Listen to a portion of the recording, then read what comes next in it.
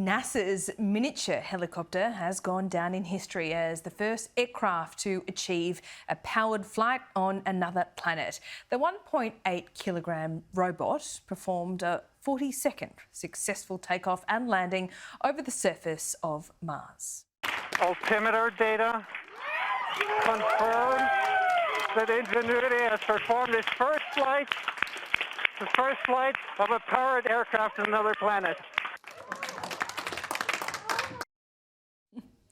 ANU astrophysicist and cosmologist Dr. Brad Tucker joins us live now. Brad Tucker, is this really a helicopter or is it more of a drone? It's a drone copter, and this is the thing, it is kind of a helicopter, but also it is a drone, and especially because it was operated remotely. There wasn't someone piloting this thing. The massive communication delay between Mars and Earth, so it takes 13 minutes for a signal to reach the other place, meant you couldn't fly it in real time, so this thing just had to do it itself after some programming. So, that partially made the success, I think, even more sweet, that this thing worked, pretty much flawlessly and to a T on a very distant planet. So the challenges are much more difficult on Mars, aren't they? The air is particularly thin. I mean, 40 seconds doesn't seem like a huge feat, but given the circumstances and the environment, it was.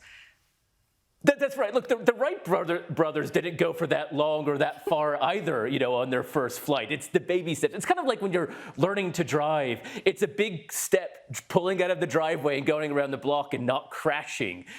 Then you go on the parkway and start doing some driving. And that's what this was. The atmosphere is so weak. It's about 1% the density. There's less pressure. There's also less gravity. So all of these things change the way this flight works compared to here on Earth. Then the added complications of it's very cold on Mars.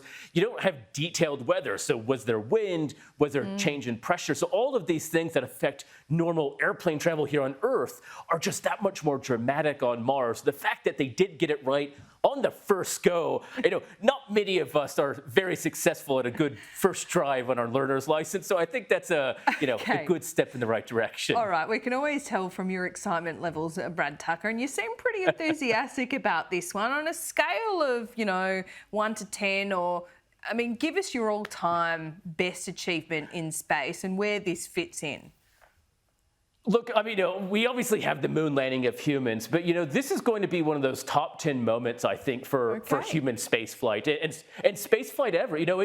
This is going to pave the way for a whole bunch of new missions. So now that they got this one to work, then they're going to go a little bit higher. They'll go a little bit further. Then it's just a matter of how high can we go and how far can we go? Because this purely was a technology demonstrator. So now everyone around the world, all these scientists, including people in Australia, are saying, all right, this works. How do we go build the next big one to be launched in a few years to really go around Mars? Because the capability now means that you could build a drone or helicopter that can circumnavigate Mars potentially, mapping in amazing detail with the same kind of benefits of technology on Mars for space flight and human space flight in the future. So everyone's going to keep going back to this point of saying, because these scientists and engineers proved that it worked once, we were able to go build a drone on a moon of Jupiter, for instance. So it's going to be a moment to remember for all of us. Okay, that's all you need to know. This is in Brad Tucker's top 10, people. There you go.